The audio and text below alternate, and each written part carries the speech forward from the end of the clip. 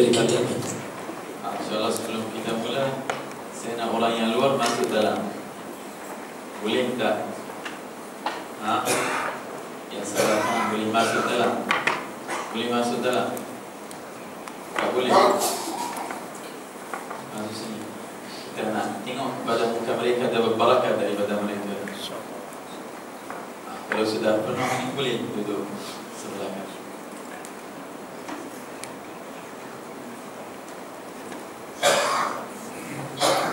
Bismillah, muka surah 15. Bahagian syaitan sebenarnya bermaksud Dari kalam Imam Hujjatul Islam Al-Imam Ghazali radhiyallahu anhu di dalam kitab Bidayatul Hidayah, permulaan jalan hidayah, di dalam muka surat 15. Syaitan sebenarnya bermaksud supaya engkau melakukan kejahatan padahal engkau mengira bahawa engkau telah berbuat kebaikan. Maka dengan itu syaitan telah berjaya memperdayakan engkau, dan ia telah berjaya mengumpulkan engkau bersama-sama dengan golongan yang disebutkan di dalam ayat Al-Quran yang berbunyi, A'udzu billahi minasyaitonir rajim. Qul hal nunabbi'ukum bil akhsarina a'mala alladhina dhalla sa'yuhum fil hayatid dunya wa hum yahsabuna annahum yuhsinuna sun'a. Yang bermaksud, katakanlah wahai Muhammad, mahukah kamu aku kabarkan dengan orang yang sebenarnya mendapatkan kerugian di dalam usaha mereka, iaitu orang yang telah mensia-siakan perbuatan mereka dalam kehidupan dunia ini, sedangkan mereka menyangka bahawa mereka telah berbuat baik. Dari surah Al-Kahfi ayat 103 dan 104. Ketika itu syaitan sangat pandai mengajar engkau akan kelebihan ilmu dan darjat para ulama, dan ia mengajar engkau beberapa kelebihan mencari ilmu yang telah disebutkan di dalam hadis dan juga perkataan para ulama. Sedangkan syaitan dengan sengaja meluputkan engkau daripada seumpama sabdaan Rasulullah SAW yang berbunyi, Man izdada ilma wa lam yazdad huda lam yazdad minallahi illa bu'da. Artinya, sesiapa yang bertambah ilmunya sedangkan hidayahnya, yakni amalannya, tidak bertambah, maka ia hanya bertambah jauh daripada rahmat Allah. Hadis riwayat Abu Mansur Ad-Dilami dalam Musnad Al-Firdaus dengan sanad yang dhaif, Al-Ihya 1/95. Baik, alhamdulillah wassalatu wassalam ala sayyidina Rasulillah wa ala alihi wa ashabihi wa man walah wa alaina ma'ahum wa fihim bi rahmatika ya arhamar rahimin. Subhanaka la ilma lana illa ma 'allamtana innaka antal alimul hakim. Allahumma bika amsayna wa bika asbahna wa bika nahya wa bika namutu wa 'alayka natawakkal wa 'alayka wa ilayka al-masir. Allahumma ma amsa bina min ni'matin aw bi ahadin min khalqik faminka wahdaka la sharika lak falakal hamdu wa lakal shukru 'ala dhalik. رضينا بالله ربا وبالإسلام دينا وبسيدنا محمد صلى الله عليه وآله وسلم نبينا ورسولا. رضينا بالله ربا وبالإسلام دينا وبسيدنا محمد صلى الله عليه وآله وسلم نبينا ورسولا. رضينا بالله ربا وبالإسلام دينا وبسيدنا محمد صلى الله عليه وآله وسلم نبينا ورسولا. نوينا التعلم والتعليم والتذكر والحث على التمسك بكتاب الله والدعاء إلى الهدى والدلالة على الخير ابتغاء وجه الله مرضاته وقربه سبحانه. نوينا مع زوجين صالحات. أما بعد، أحييكم بتحية الإسلام. السلام عليكم ورحمة الله تعالى وبركاته. Alhamdulillah, tuan-tuan, puan-puan, muslimin, muslimat rahimakumullah subhanahu wa ta'ala, kita syukur kehadrat Allah subhanahu wa ta'ala yang maha mulia. Segala puji bagi Allah atas segala keadaan. Alhamdulillah, kita masih hidup di dunia ini di bawah rahmat Allah subhanahu wa ta'ala, dan kita bersyukur kehadrat Allah subhanahu wa ta'ala atas kelebihannya yang telah memberi kepada kita pada malam ini yang penuh rahmat dan taufik dan hidayah daripada Allah subhanahu wa ta'ala, sehingga kita sama-sama dapat bertemu di dalam rumah Allah subhanahu wa ta'ala sebagai tetamu Allah azza wa jalla. Alhamdulillah. Dan marilah kita sama-sama memahami apa yang Imam Hujjatul Islam Muhammad bin Muhammad Al-Ghazali telah menulis di dalam kitabnya, kitab Bidayatul Hidayah. Dan alhamdulillah, minggu sudah kita sudah belajar dan mengajar apakah niat seorang ketika dia nak menuntut ilmu agama Islam. adakah niat dia kerana Allah Subhanahu wa Ta'ala ataupun kerana perapa-perapa benda daripada benda-benda dunia yang tidak ada manfaat daripadanya dunia dan akhirat. Dan Imam Al-Ghazali telah tulis di dalam kitabnya, sebenarnya syaitan itu matlamat dia dan tujuan dia bagaimana seorang membuat ataupun melakukan kejahatan di dalam amalan yang nampaknya baik. Satu amalan baik, amalan itu baik, tapi bagaimana ataupun apakah muslihat ataupun hilat syaitan menjadikan kebaikan itu jadi tak baik, jadi kejahatan. Sebab tuan-tuan, puan-puan, kalau kita bawa satu cawan madu, kita semua tahu madu itu satu sesuatu yang baik, yang mahal, yang manis dan sebagainya. Tapi kalau kita letak sedikit sahaja khal itu macam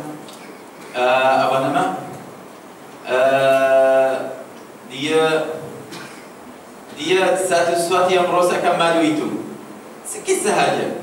Kalau kita sudah letak satu benda yang tak baik dalam benda yang baik, dia sudah merosakkannya. Walaupun benda itu yang tak baik sedikit sahaja, tapi yang lebih banyak madu, lebih banyak madu. Tapi kita letak satu titik sahaja di dalamnya daripada hal itu, dia sudah merosakkannya. Ilmu itu walaupun seumpama laut, tapi kalau satu titik daripada hawa nafsu merosakkan laut itu semua. Seperti mana Rasulullah sallallahu alaihi wasallam bersabda, qatratun minal hawa, qatra minal hawa, satu titik daripada hawa nafsu. Qatratun minal hawa tukharribu bahran minal ilm, atau fima ma'na. Satu titik daripada hawa nafsu merosakkan selautan ilmu. Banyak ilmunya, tapi hawa nafsu sedikit sahaja.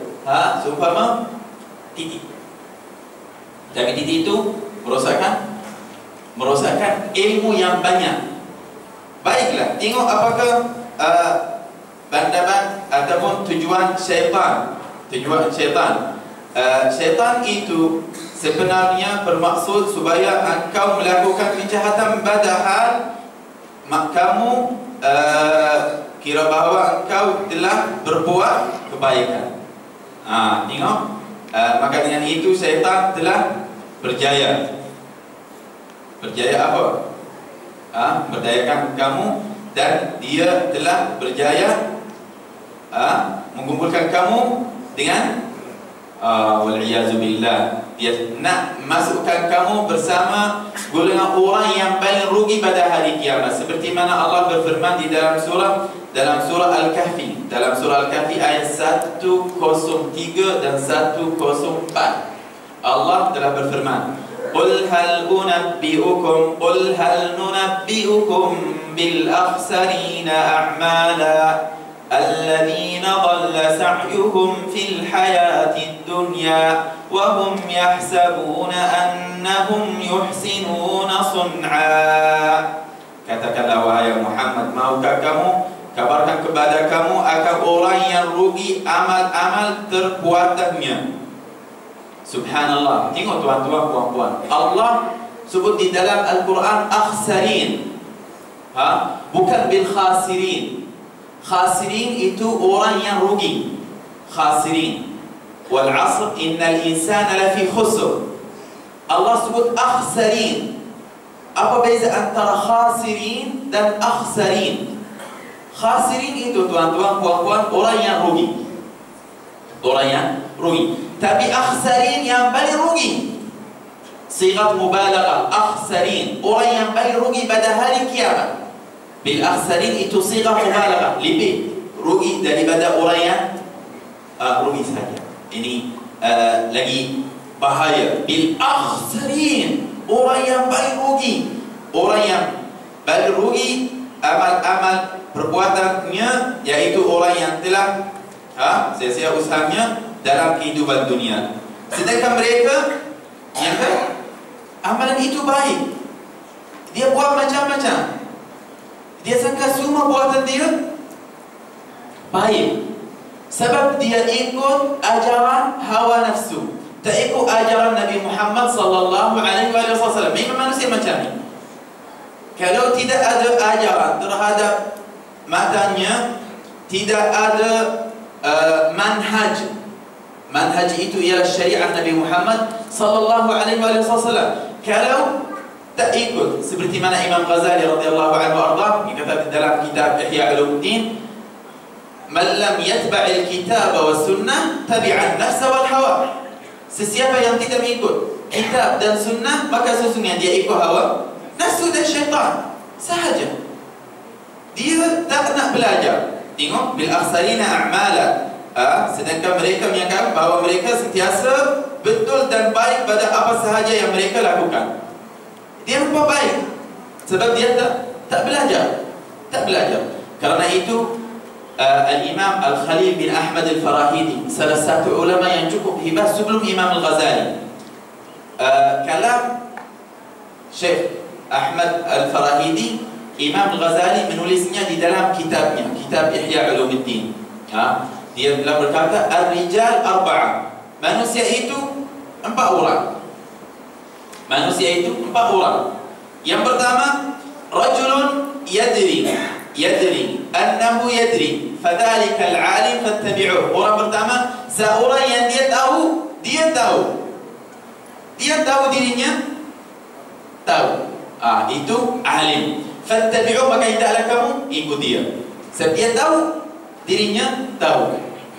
Dia tahu bahwasanya dia tahu. Ini yang pertama. Wa rajulun yadri wa la yadri annahu yadri fadhalikal jahilu fa'allimuh. Yang kedua, dia tahu, rajul, seorang dia tahu dan dia tak tahu. Ini yang kedua.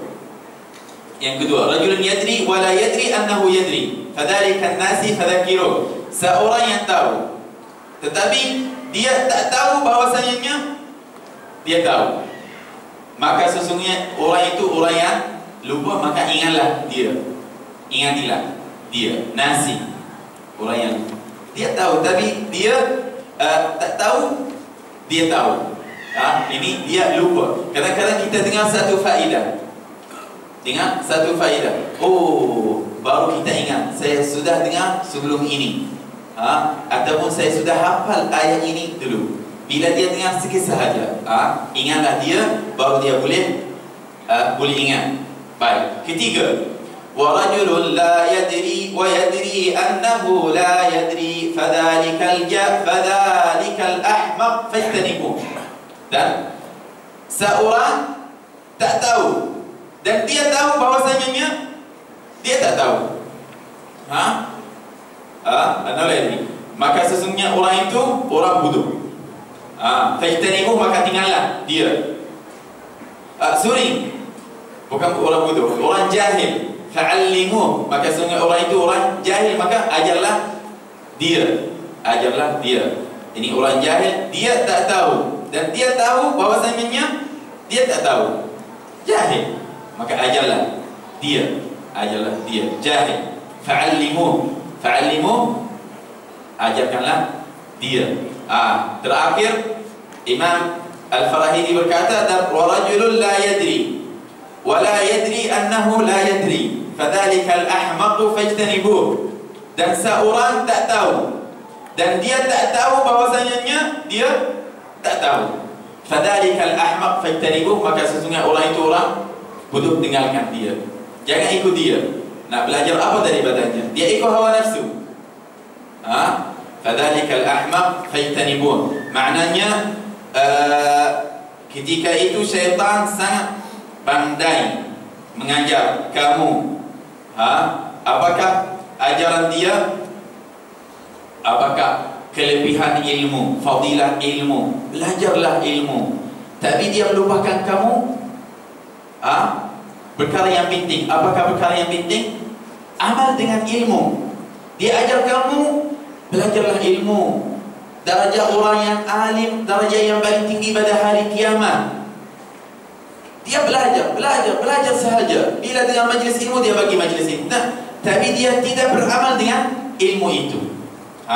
Lepas tu dia bagi kamu apakah kelebihan ilmu dan darjat para ulama dan mengajar, dan dia mengajar kamu beberapa kelebihan orang yang mencari ilmu.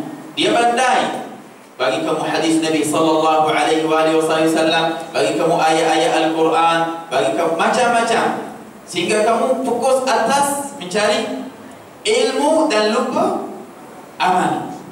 Sedangkan Imam Sahibuz Zuhad Ibn Raslan Al-Syafi'i radhiyallahu anhu telah berkata di dalam kitabnya Az-Zuhad, wa 'alimun bi'ilmihi lam ya'malan mu'addabun min qabli 'ubadul wathan wa kullu man bighairi 'ilmin ya'malu a'maluhu mardudatun la tuqbalu.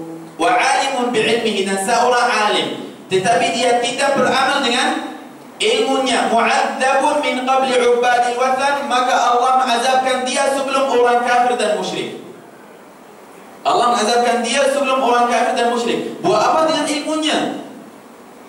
Mu'adzabun min qabl, sebelum orang yang kufur kepada Allah Subhanahu wa ta'ala. Min qabli 'ubadil wa kullu man bighairi 'ilmin ya'malu, dan setiap orang yang tidak beramal dengan ilmunya, a'maluhu mardudatun la tuqbalu, Allah tak terima amalan-amalan mereka. Mardudat tak la tuqbal. Kalau dia tak ikut ilmunya, dia belajar sahaja, belajar. Dia ingatkan kamu apakah kelebihan ilmu itu, tapi dia tak ajar kamu apakah bahaya orang yang tak ikut ilmu. Orang yang tak ikut ilmu bahaya. Tapi dia tak ingat kamu hadis-hadis itu ataupun ayat-ayat Al-Quran itu. Dia buat satu kebaikan dalam pindaian. Dia tak baik, tapi dia cari muslihat. Contoh gelang. Betul lah? Kadang-kadang haram seorang pakai gelang. Dia bukan perempuan. Kalau bukan perempuan, gunalah untuk ubat. Kalau bila orang nampak, guna untuk ubat. Kalau ada manfaat di dalamnya, Allah tak boleh mengharamkan atas kita. Tapi gunalah sebab untuk apa? Untuk ubat. Kalau orang sakit, mana boleh Allah letak dua sesuatu, kebaikan dan kejahatan dalam satu benda? Tak boleh. Kenapa Allah mengharamkan atas umat Nabi Muhammad sallallahu alaihi wasallam, sedangkan kita tahu jenis-jenis gelang itu yang diharamkan bagi lelaki, kayu tak boleh, dan kristal pun tak boleh, emas pun tak boleh, besi pun tak boleh. Boleh dalam 3 keadaan sahaja. Dalam 3 keadaan boleh dia. Kalau nak pakai, tidak ada masalah. Yang pertama, gelang sakit. Bila dia dekat hospital, buat satu gelang plastik ataupun besi ataupun apa-apa, buat apa.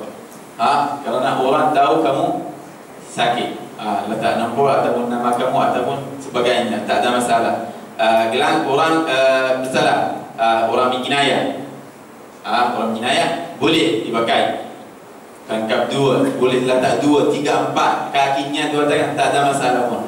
Tidak ada masalah. Gelang kaki bagi orang yang gila, takut lari, boleh kita dalam 3 keadaan boleh. Kalau kamu dapat satu perkara daripada perkara yang disebut, tidak ada masalah. Selainnya tak boleh. Tapi kalau perempuan tidak ada masalah. Tapi syaitan kadang-kadang kita buat sesuatu yang kita nampaknya baik. Tak apa, pakailah. Memang betul tak boleh pakai, tapi malaikat untuk darurat. Kalau ada darurat pakailah. Kalau ada darurat, pakailah. Kita nampak ramai orang pakai. Kalau kita tak tengok ke atas, mukanya kita tak tahu adakah dia lelaki atau perempuan. Kalau seorang tutup kepalanya, kita tengok kepada tangan dia, mungkin sangka itu perempuan. Itu perempuan. Walaupun dia hitam, sebab ada perempuan yang hitam.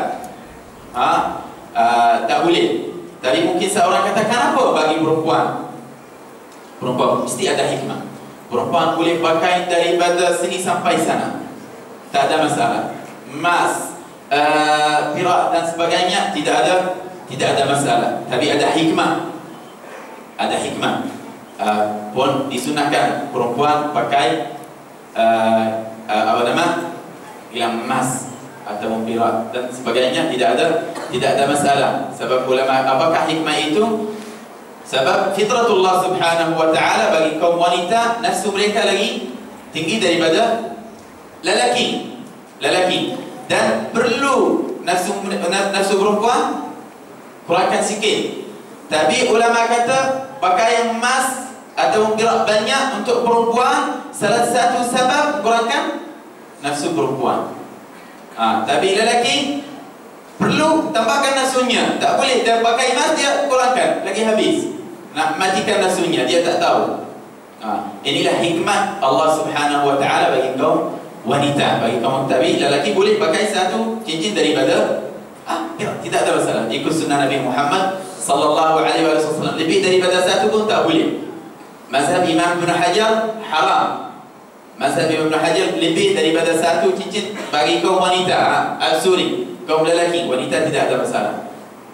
Bagi kaum lelaki, kalau lebih daripada satu, mazhab Imam Ibn Hajar haram. Tapi mazhab Imam Ramli makruh.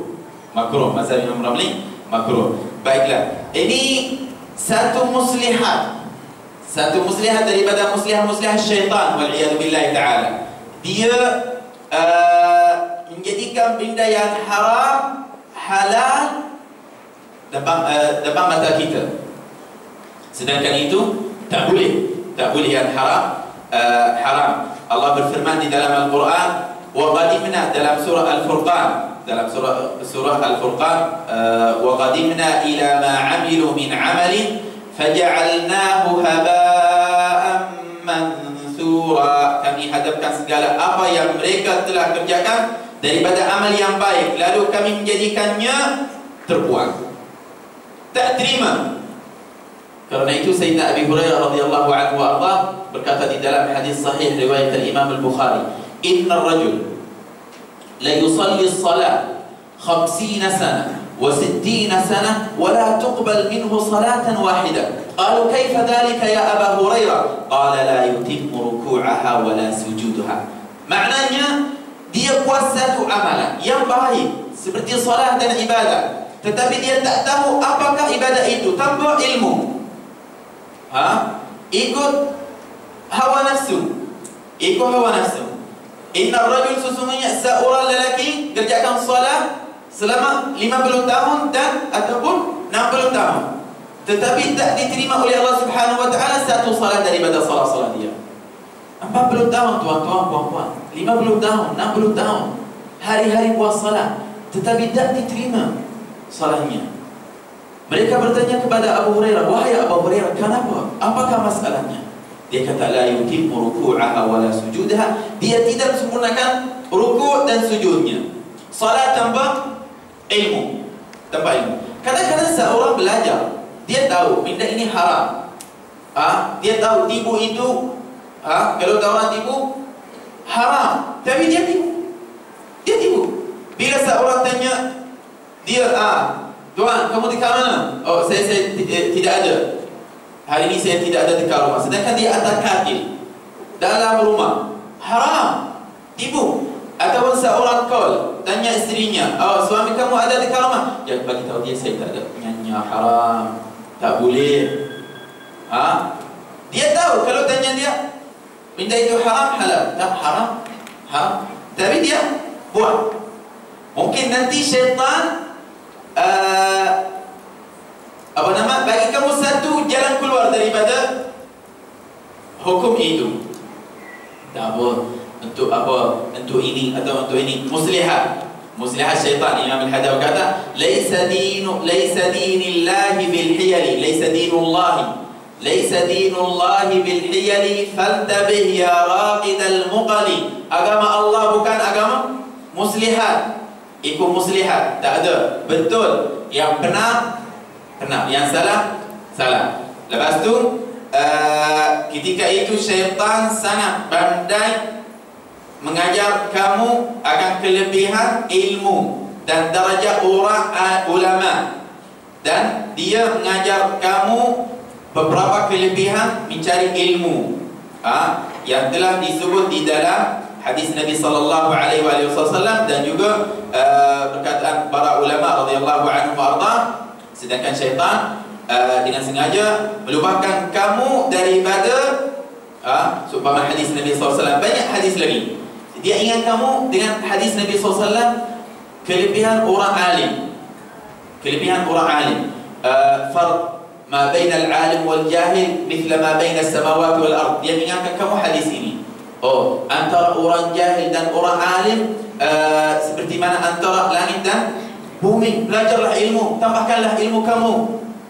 Darjah orang yang paling tinggi pada hari kiamat, darjah yang paling tinggi pada hari kiamat ialah darjah orang para ulama. Belajarlah ilmu. Tapi dia tak ingat kamu dengan hadis Nabi SAW seperti ini. Man izdada ilman wa lam yazdad hudan lam yazdad min Allah illa bu'da. Ya Rabb, ya Allah. Siapa yang bertambah ilmunya sedangkan hidayahnya, maknanya hidayahnya amalannya. Ilmu banyak, ilmu makin tambah tapi amalannya tak ada. Apa beza antara kita dan syaitan? Orang yang paling alim, tuan-tuan, puan-puan, orang yang paling alim ialah syaitan laknatullah. Dia yang paling alim. Masya Allah, kepalanya banyak ilmu, tapi dia tidak beramal dengan ilmunya. Dia tahu siapa yang tak ikut arahan Allah Subhanahu wa ta'ala, dia asing, orang maksiat. Tapi sedangkan bila Allah beritakan dia bersujud kepada Nabi Adam, dia tak sujud. Nak apa daripada ilmunya? Tak ada faedah daripada ilmunya. Qala fakhruj minha fa innaka rajim. Keluarlah daripada syurga aku. Allah berfirman kepada syaitan, keluarlah, kamu tidak ada adab. Tak amal dengan ilmumu.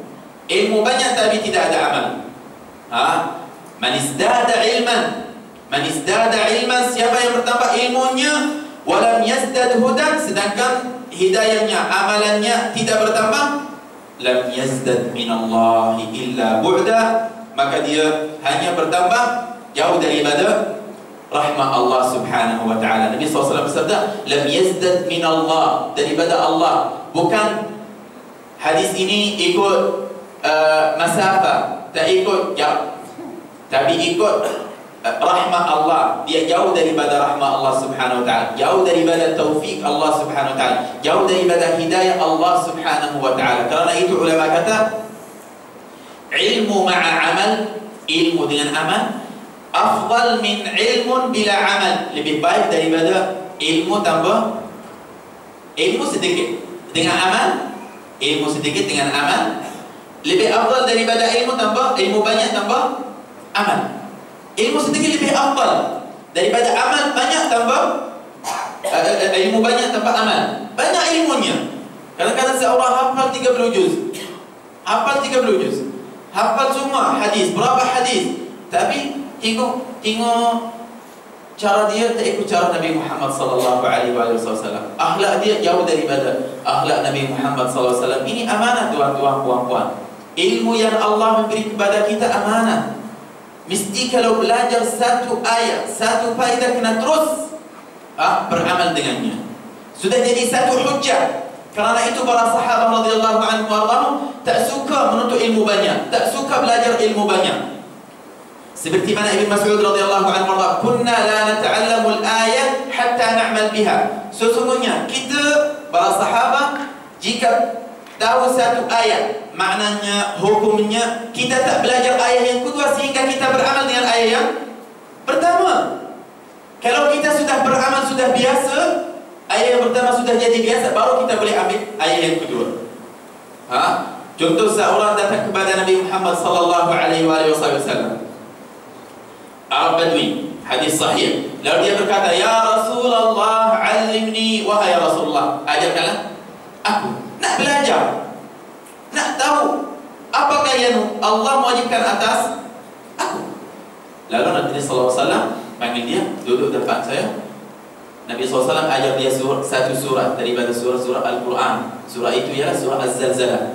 Bacalah, "Idza zulzilatil ardu zilzalaha." Apa zulzilatil ardu zilzalaha? Allahu Akbar. Dia terkejut. Bumi ini semua boleh? Takkan?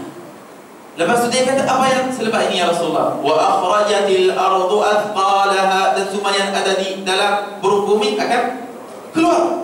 Ya Rasulullah, semua orang yang ada di dalam bumi itu akan keluar. Wa qala al-insanu ma laha. Dan manusia berkata, apa kabar bumi ini? Apa yang berlaku? Yauma idzin tuhaddithu akhbaraha. Pada hari itu dia cerita apa yang berlaku atasnya. Apa yang manusia buat atasnya. Pada hari itu bumi akan bercakap. Yauma idzin tuhaddithu akhbaraha. Bagaimana dia boleh bercakap? Bi anna rabbaka awha laha. Inilah wahyu Allah kepadanya. Inilah ajaran Allah kepadanya. Kun fayakun. Bila Allah perintahkan bumi itu cakaplah, dia boleh bercakap.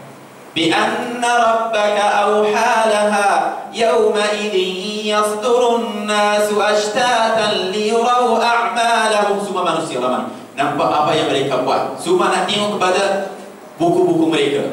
Semua orang cari bukunya, apa yang ada di dalamnya, baik ataupun tak baik. Liyuraw a'malahum faman ya'mal mithqala darratin khairan yarah. Dan sesiapa yang beramal dengan segala zarrat akan dapat. Wa man ya'mal mithqala darratin syarran yarah. Dan sesiapa yang berbuat kejahatan, segala zarrat akan dapat. Lalu Rasulullah SAW nak ajar dia satu surah lain. Bila Rasulullah SAW baca Bismillahirrahmanirrahim, sahabat dia kata, wahai Rasulullah, nak buat apa lagi? Rasulullah SAW kata, nak ayat kamu satu surah lain. Dia berkata, yakfi ya Rasulullah, yakfi ya Rasulullah, yakfi ya Rasulullah. Ini cukup, ini cukup, ini cukup ya Rasulullah. Cukuplah untuk saya. Kalau saya sudah beramal dengannya, cukuplah. Saya tak nak hujah banyak daripada Allah atas aku. Tak mampu ambil hujah banyak daripada Allah atas aku. Sebab ilmu ini, tuan-tuan, puan-puan, hujah Allah.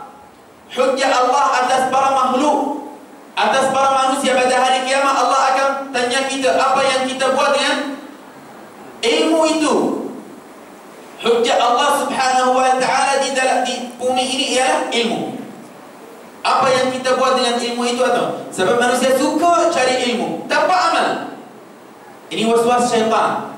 Tapi ilmu bil amal, wa atbi'il ilma bil amal. Dan ikulah ilmu itu dengan amal. Terus. Baik. Lepas tu Nabi SAW bersabda, bila orang itu cakap cukuplah ya Rasulullah, Nabi SAW kata, faquhar rajul, faquhar rajul, faquhar rajul. Lelaki ini sudah alim, sudah alim, sudah alim. Apakah ilmu itu, tuan-tuan, puan-puan? Dia baru hafal satu surah daripada Al-Quran, belum hafal 30 juz, belum hafal berapa ribu hadis, belum tulis berapa kitab, berapa buku, tak ada, belum masuk dalam TV, belum, baru dia duduk dengan Rasulullah, baru baca surah Idza zulzilatil ardu zilzalaha. Tapi Rasulullah SAW bagi dia satu gelaran alim, sudah alim, sudah faqih. Maknanya Allah berfirman di dalam Al-Quran, Allah terangkan kepada kita siapakah orang alim itu. Innama yakhshallaha min ibadihi al-ulama.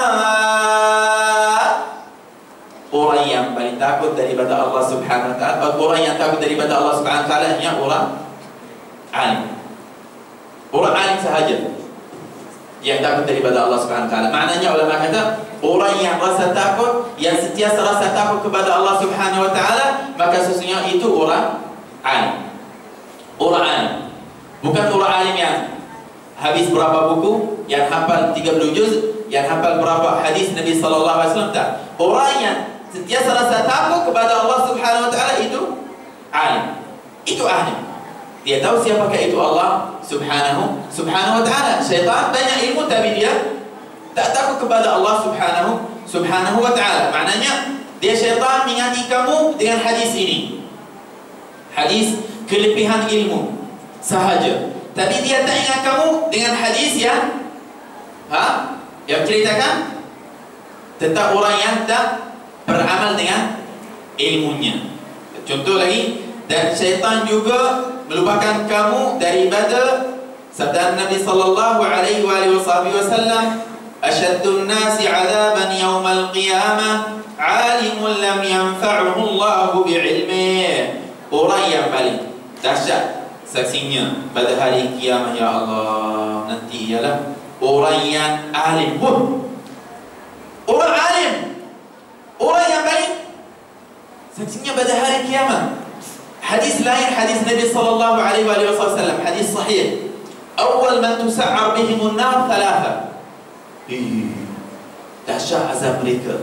Awal man tus'ar bihim an-nar yaum al-qiyamah thalatha. Orang yang pertama masuk ke api neraka ialah 3. Alim. Orang alim. Wa hafiz lil-Quran, dan orang yang hafal Al-Quran. Wa mutasaddiq, orang yang bersedekah. 3 orang yang disebut, orang yang pertama masuk ke neraka. Bagaimana? Ya Rasulullah, alim itu alim yang tidak dapat manfaat daripada ilmunya. Dia belajar sahaja kerana nama, kemasyhuran, nak sebutan sahaja, kerana manusia, rasa bangga dan sebagainya. Bukan kerana Allah Subhanahu wa taala. Dan dia tidak beramal dengan ilmunya. Orang yang pertama masuk ke neraka. Wa hafiz lil Quran, dia hafal Al-Quran kerana manusia. Liyuqal, Nabi SAW bersabda, dia hafal Quran kerana manusia kata, oh ini orang hafiz, hafal 30 juzuk, masya-Allah dia berdoa, bentuk riya, bukan lillahi ta'ala. Dan yang bersedekah dia kerana manusia. Liyuqal annahu mutasaddiq, kalau manusia kata, oh ini orang pemurah, masya-Allah dia. Bila ada dia terus orang yang pertama masuk ke neraka wal'iyadzubillah ta'ala. Ini pun Nabi SAW bersabda, orang yang paling dahsyat saksinya pada hari kiamat ialah orang yang alim. Bukan alim sahaja, ada syarat yang tidak memberi manfaat, tidak memberi manfaatkan dia oleh Allah Subhanahu wa taala dengan ilmunya. Ini yang penting. Bila dia tidak ada taufik daripada Allah Subhanahu wa taala, dia menuntut ilmu kerana dunia, kerana manusia, kerana kemasyhuran dan sebagainya. Dia mencari bagaimana dia jadi masyhur. Dia mencari bagaimana jadi masyhur. Sedangkan jika dia alim betul kerana Allah, ikhlas lillahi ta'ala, kemasyhuran itu datang kepadanya. Tak perlu dia mencari kemasyhuran itu. Nama itu datang kepadanya. Tak perlu dia mencari nama-nama itu. Contoh Imam Al-Haddad radhiyallahu anhu, dia tak suka campur dengan orang. Alim yang cukup hebat, alim yang subhanallah semua orang datang kepadanya, semua alim ulama datang kepadanya, memohon daripadanya fatwa dan terangkan masalah-masalah. Tapi dia tak suka campur dengan orang sebab dia tak suka nama, tak suka kemasyhuran. Dia lari daripada kemasyhuran itu, lari. Tapi kemasyhuran itu datang kepadanya walaupun dia sudah wafat. Sudah wafat. Dia tulis berapa buku? Berapa buku saja kerana Allah Subhanahu wa taala. Sampai saat ini kitab-kitabnya hari-hari orang guna. Dan sudah tukar ke berapa bahasa dunia? Semua bahasa dunia. Sebab ilmunya, tulisannya kerana Allah Subhanahu wa taala. Tapi sekarang ramai orang yang mencari kemasyhuran. Buat kuliah, buat semua orang tak ada faedah, tak ada manfaat daripada ilmunya. Sebab bila dia buat itu bukan kerana Allah Subhanahu wa taala. Kalau ulama itu bukan mana-mana boleh jadi alim. Sekarang kalau seorang belajar sekejap sahaja, kita sudah panggil dia ustaz, syekh. Galaran itu dapat dari mana? Galaran ustaz, galaran syekh, alim. Siapa yang memberi kepada kamu? Bagi belajar berapa tahun dekat madrasah ataupun Mesir ataupun Yaman ataupun balik sudah ustaz, sudah alim, sudah. Galaran itu dari mana? Kalau seorang sekarang nak satu galaran daripada galaran dunia, dia boleh bincang malam dengan isterinya. Okey, daripada esok jangan panggil saya abang, panggil saya datuk, atau panggil saya Tan Sri. Boleh tak? Lepas tu dia bangun bila jumpa kawan-kawan dia, daripada hari ini saya sudah Tan Sri. Dapat galaran itu dari siapa? Boleh tak tuan-tuan puan-puan? Ini syarat duniawi sahaja, syarat duniawi. Tak boleh. Galaran itu mesti melalui sultan. Allah alam, ini adat Malaysia, saya tak tahu. Maknanya tak boleh. Ustaz pun, alim itu, siapa yang bagi kamu galaran itu? Mesti ada ulama yang lagi hebat yang memberi kepada kamu. Ulama yang terkenal di seluruh dunia. Ulama yang mu'tabar. Kalau sudah ada ulama yang mu'tabar, yang semua orang kenal dia, dia sudah sebut nama kamu ustaz, ataupun sebut nama kamu syekh, ataupun sebut nama kamu alim, baru kita panggil kamu syekh ataupun alim ataupun. Tak ada, tak boleh. Ini galaran yang tinggi, dunia dan akhirat. Galaran yang akan kekal, bukan di dunia sahaja, pada hari kiamat pun Allah akan bagi kamu dengan galaran itu. Tapi bukan belajar datang orang kasihan sangka baik. Oh ini ustaz, ustaz mana? Mesti ada ulama yang mu'tabar, yang semua orang kenalnya, yang semua orang kenalnya, yang bertakwa kepada Allah Subhanahu wa taala, yang cukup ilmunya, baru kita boleh bagi dia ustaz ataupun syekh ataupun alim. Baik, asyaddan nas 'adaban yawm alim lam yanfa'uhu ilmu. Dan padahal Rasulullah sallallahu alaihi wasallam berdoa mengajarkan kepada umatnya, Allahumma inni a'udzu bika min ilmin la yanfa' wa qalbin la yakhsha' wa 'amalin la yurfa' wa du'a'in la yusma'. Ini satu riwayat. Riwayat lain wa qalbun la yakhsha'. Satu riwayat. Banyak riwayat. Hadis ini riwayat Imam Ahmad. Hadis riwayat Imam Ahmad daripada Anas bin Malik radhiyallahu anhu warda.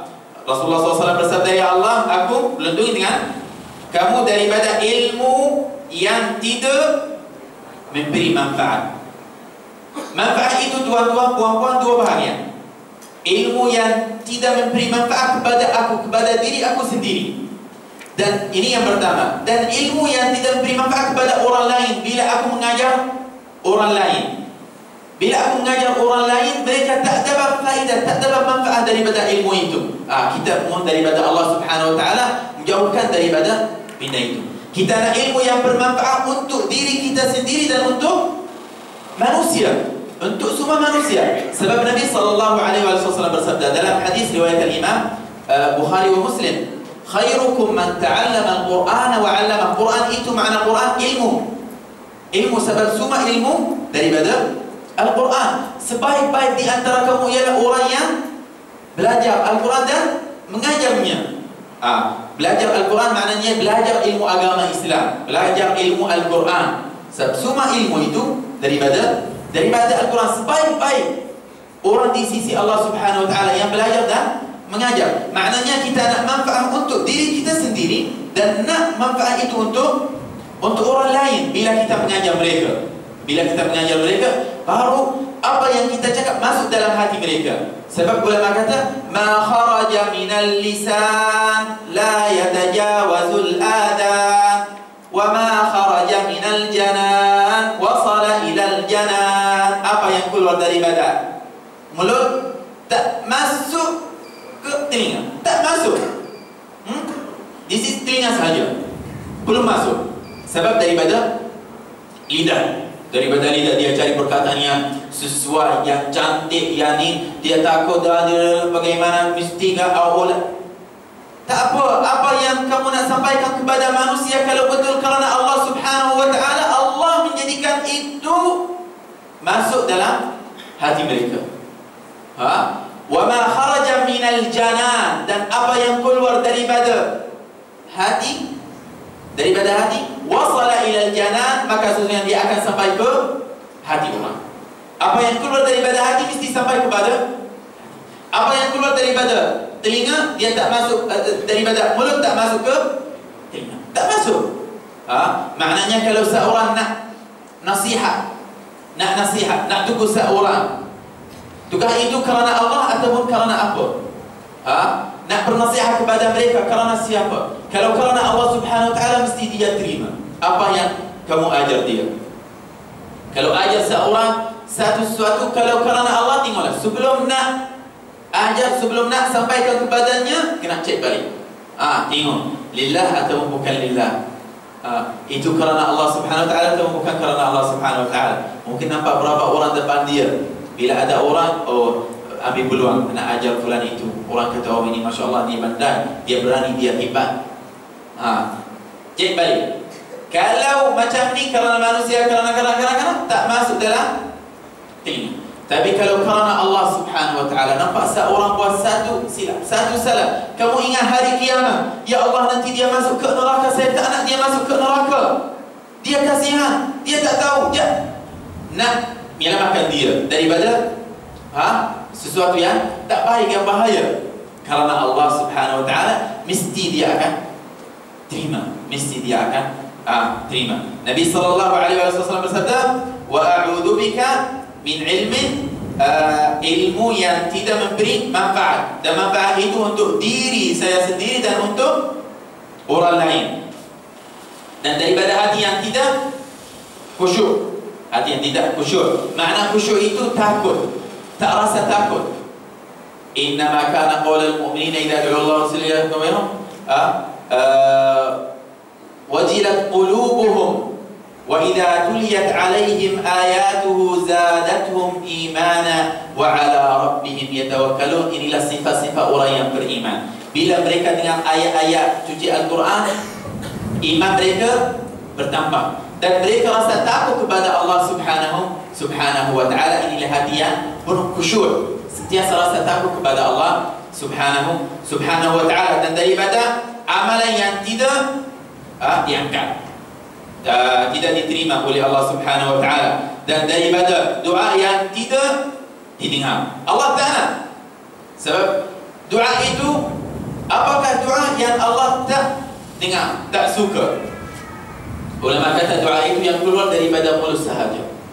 Dia doa daripada mulut, Allah tak dengar. Sebab Allah tak tengok kepada mulut kita, Allah tak tengok kepada anggota-anggota badan kita. Allah tengok apa yang ada di dalam hati kita. Bila kita nak doa, bila nak doa, kena doa betul-betul, rasa khusyuk, rasa sedih sikit. Bukan doa macam baca surah khabar. Artinya, ya Allah, aku berlindung dengan kamu daripada ilmu yang tidak beri manfaat. Baca surah khabar. Kena rasa sedih sikit, nangis kepada Allah. Tak perlu ikut ayat betul-betul, tak apa. Bagaimana hati kamu? Tapi dia baca macam surah khabar, biasa, tak rasa khusyuk. Baik, inilah satu riwayat. Riwayat lain, wa qalbun la yakhsha. Qalb la yakhsha, dan berlindung dengan kamu daripada hati yang tak khusyuk, tak takut, tak rasa takut kepada Allah Subhanahu Wa Taala. Dan syaitan juga melubahkan kamu. Subhanallah, yusabbihu bihamdihi wal malaikatu min khifati wala hawla wala quwwata illa billah. Syaitan juga melubahkan kamu daripada hadis Nabi sallallahu alaihi wasallam, marartu lailata usriya bi aqwamin tuqratu shifahuhum bimaqarid min nar faqultu man antum qalu kunna na'muru bil khairi wa la na'tih wa nanha 'anil syarri wa na'ti wal 'iyadu billah. Allah berfirman di dalam Al-Quran, ya ayyuhalladzina amanu lima taquluna ma la taf'alun kabura maqtan 'inda Allahi an taqulu ma la taf'alun. Nabi SAW bersabda, aku melalui pada malam aku diisrakan dengan kaum yang dibetung lidah, ya Allah, dibetung lidah mereka dengan gunting daripada api neraka. Ya Allah, kalau kita sekarang dengan apa nama pisau timia sahaja nak betul tak boleh, rasa sakit, terlalu sakit, tak boleh, darah keluar. Tapi bagaimana daripada gunting daripada api neraka? Lidah seorang macam lidah 1000 orang. Lidah seorang jadi besar sangat. Dan yang potong lidah itu para malaikat yang akan potong lidah orang alim. Malaikat. Nabi SAW rasa heran.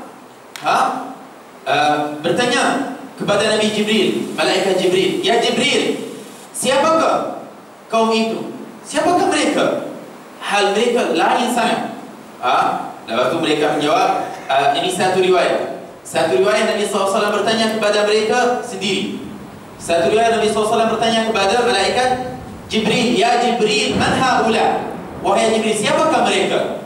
Lalu Jibril menjawab kepada Nabi SAW. Riwayat ini Nabi SAW bertanya kepada mereka sendiri, "Apa kabar kamu? Kenapa keadaan kamu begini?" Jawab mereka, "Kami adalah orang yang suka menurut orang lain.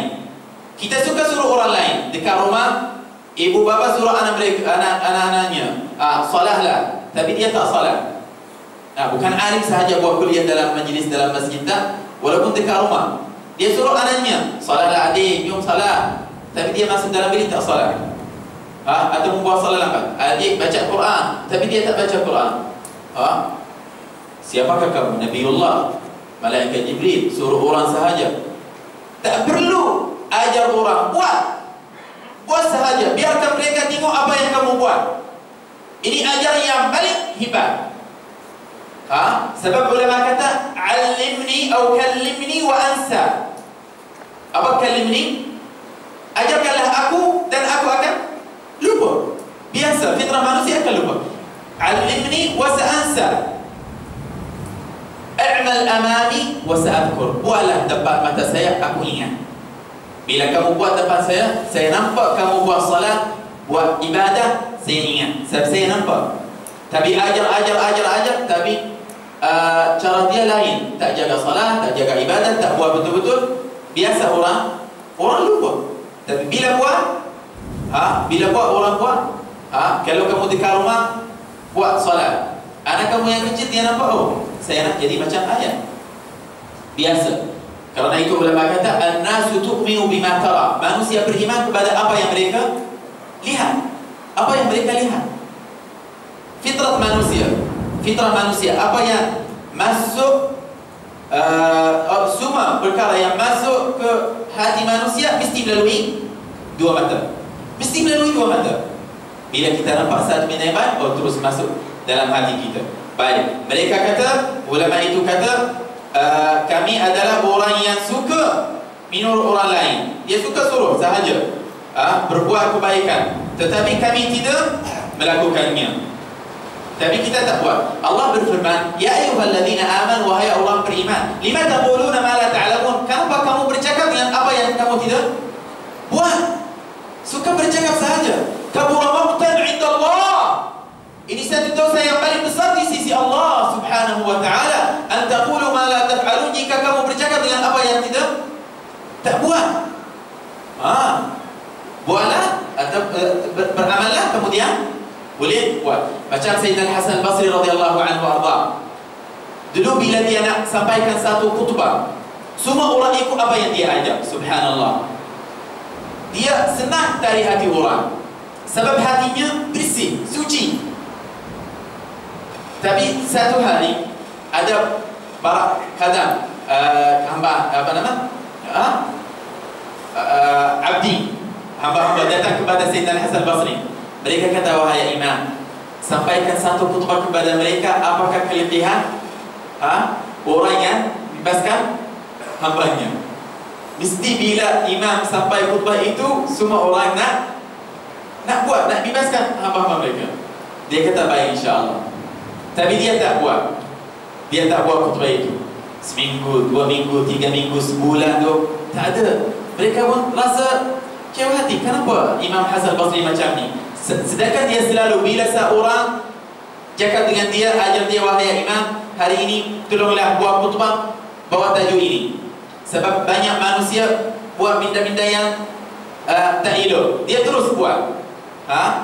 Mereka nasihati sama-sama. Tapi bila mereka memohon dari badannya buat satu khutbah di bawah tajuk bebas, dia tak buat. Mereka berasa, kenapa imam kita orang hina, dia tak dengar kita.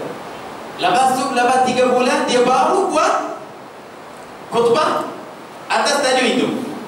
Kelebihan orang yang bebaskan hamba. Lepas Jumaat berapa ribu orang yang sudah bebas. Semua orang yang ada hamba dia terus bebaskannya.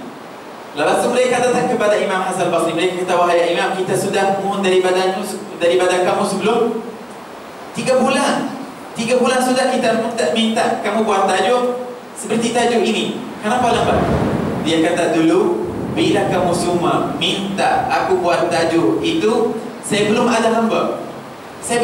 Dan aku tak nak sampaikan satu minta yang saya belum buat.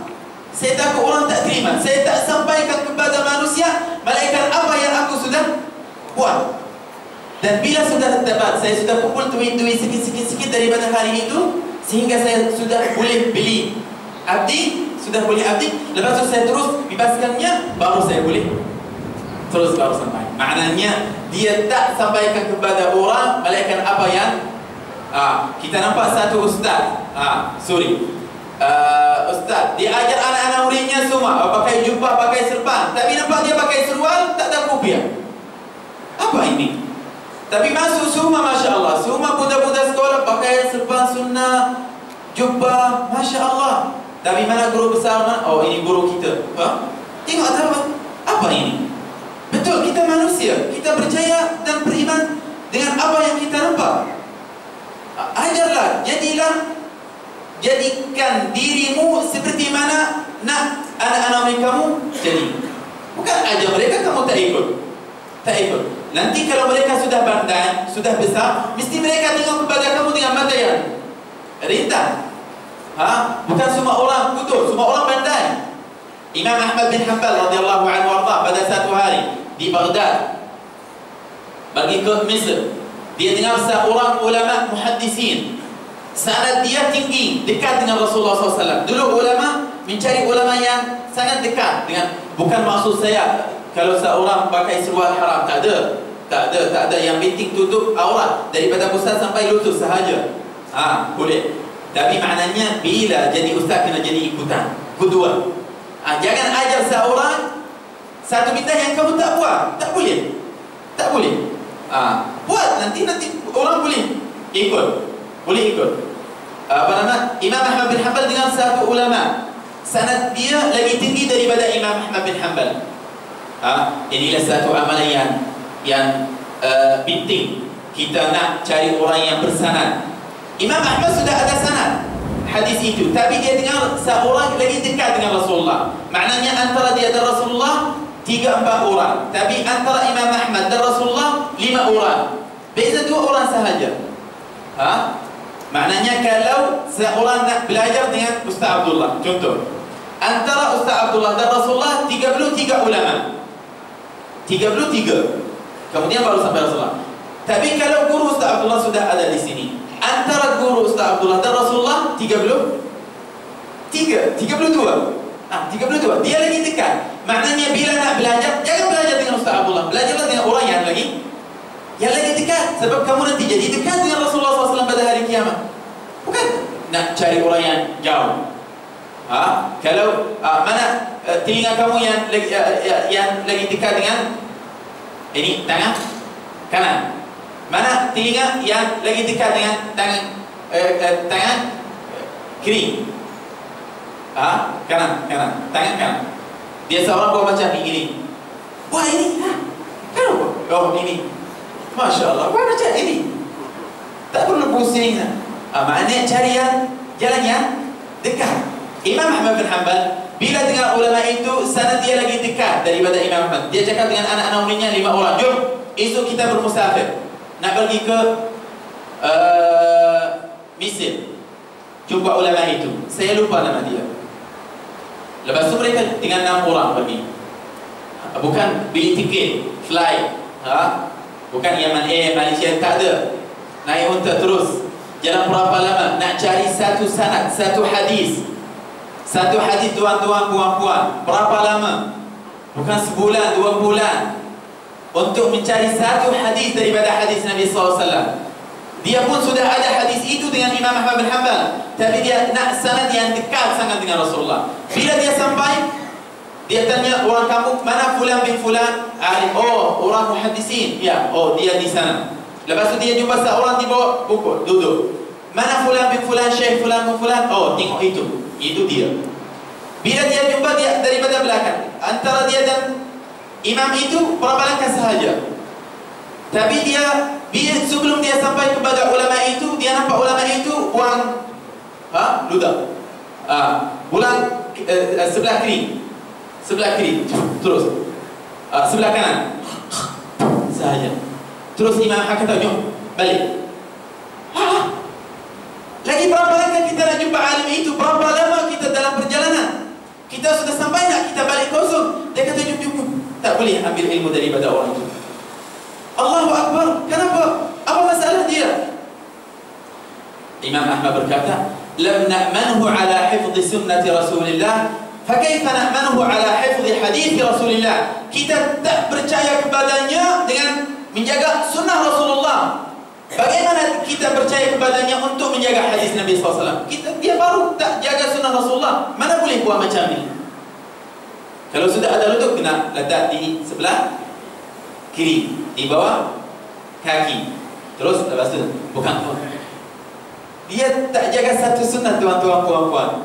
Bagaimana kalau Imam Ahmad bin Hanbal zaman ini nampak pakaian kita para asatizah, nampak pakaian kita para ulama, para masyayikh, dia terus nak bunuh diri.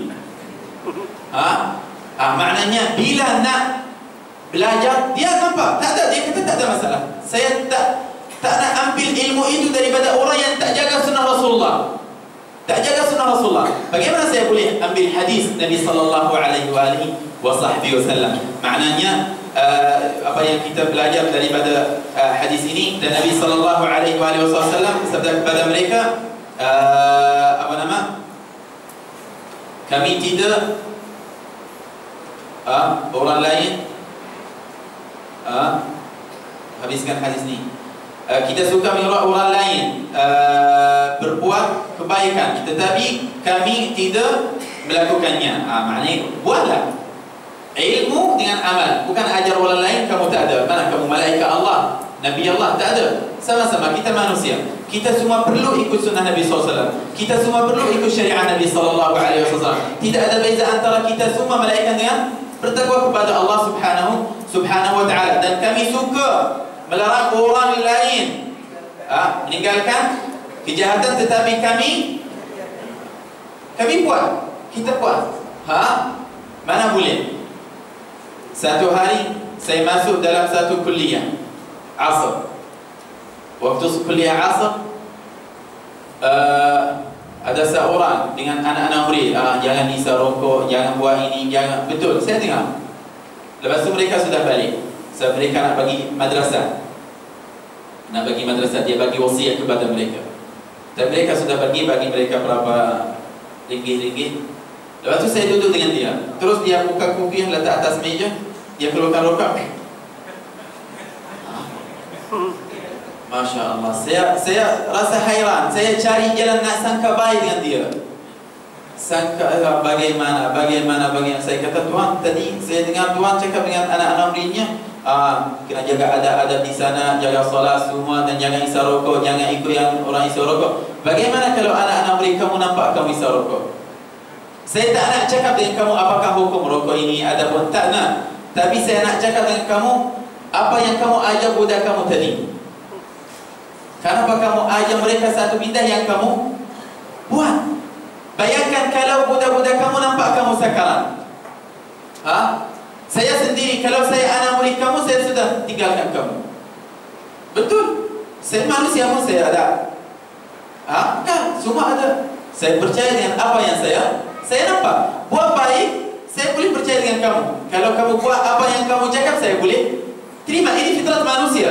Fitrah manusia. Walaupun seorang saya kata, saya tak mampu, saya boleh ajar orang yang saya mampu, tapi tak ada. Manusia dengan manusia sama, tidak ada beza. Malaikat dengan Takwa Allah subhanahu wa ta'ala, dan yang benar-benar yang salah salah. Mudah-mudahan insya-Allah semoga Allah menjadikan segala amalan kita karenanya, dunia dan akhirat insya-Allah. Dan semoga Allah melihara kita daripada ilmu yang tidak ada manfaat daripadanya, dan daripada kalangan orang yang mencari ilmu kerana dunia. Dan semoga Allah subhanahu wa ta'ala menjadikan kita daripada kalangan orang alim yang beramal dengan ilmu mereka. Amin Allahumma amin. Yaghfir dzunubana wa yassir uyubana. Dan kita mohon daripada Allah dan minta satu doa khusus untuk tuan-tuan puan-puan yang berada di dalam majlis ini. Ya Allah ya Rahman ya Rahim, dengan barakah majlis ini, dengan barakah ilmu ini, dengan barakah Nabi kita Muhammad sallallahu alaihi wasallam, dengan barakah Al-Quran Al-Karim, dengan barakah para awliya dan salihin, peliharalah tuan-tuan puan-puan daripada segala buatan yang tak baik, dan pelihara tuan-tuan puan-puan daripada kejahatan dunia dan akhirat, dan pelihara tuan-tuan puan-puan yang hadirin dalam majlis ini daripada kejahatan syaitan dan jin dan manusia, dan daripada fitnah kubur, mahya dan mamat, birahmatika ya arhamar rahimin. Ketika kita mati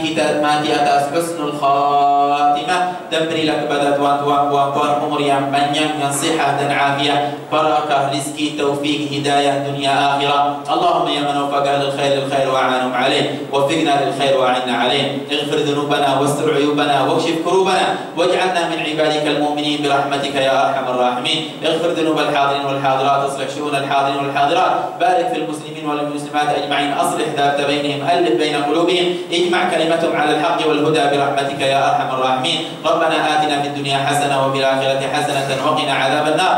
سبحان ربك رب العزه عما يصفون وسلام على المرسلين والحمد لله رب العالمين. Dan jika ada silap salah minta maaf tuan-tuan.